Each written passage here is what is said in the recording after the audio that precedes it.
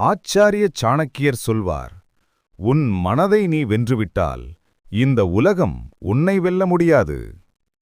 தியானம் என்பது அமைதியின் ஆயுதம். ஆனால் தவறான முறையில் பயன்படுத்தினால் அதே ஆயுதம் உன்னை காயப்படுத்தும்.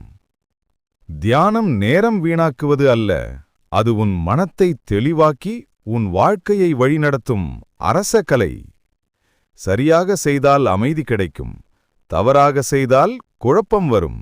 ஒரு இளம் அரசர் தினமும் 1 மணி நேரம் தியானித்தான். ஆனால் மனம் அமைதியாக இல்லை. சாணக்கியரை நாடினான்.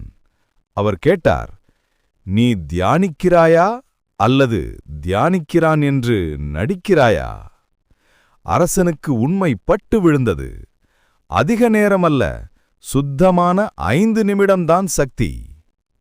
செய்ய வேண்டியவை டூஸ். தினமும் 5 முதல் 10 நிமிடம் மட்டும் உண்மையான கவனத்துடன் செய். உடல் வசதியாக இருக்க வேண்டும், சுவாசம் மெதுவாக ஓடட்டும். உள் உணர்வுகளை மறைக்காதே, உண்மை உணர்வுதான் தியானத்தை ஆழமாக்கும். தேவையெனால் மெதுவான இசை பயன்படுத்தலாம், கட்டாயமல்ல.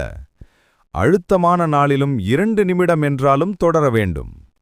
தியானம் அடிப்படை வழிகாட்டுதலுடன் தொடங்குவது சிறந்தது. இடம் அல்லது நேரத்தை சில நாட்களுக்கு ஒருமுறை மாற்றி புதுமையை உருவாக்கு. தவிர்க்க வேண்டியவை டோன்ட்ஸ். தியானத்தை அளவு மீறி அப்செஸ் செய்யாதே. ஒரு நாள் தவறினால் உன்னை குற்றம் சொல்லாதே.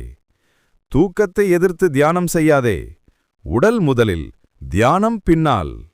சத்தம், கோபம், குழப்பம் நிறைந்த சூழலில் தியானம் செய்யாதே. மது, போதை அல்லது மனம் தள்ளிப்போன நிலையில் தியானம் ஆபத்து. மனநிலை ஸ்திரமாக இல்லாத நாளில் அதிக முயற்சி செய்யாமல் சுவாசத்தை மட்டும் கவனித்தால் போதும். மனதை கட்டுப்படுத்தியவன் வாழ்க்கையையே கட்டுப்படுத்துவான். தியானம் ஒரு வழக்கமல்ல, அது ஒரு ராஜாவின் இரகசிய ஆயுதம்.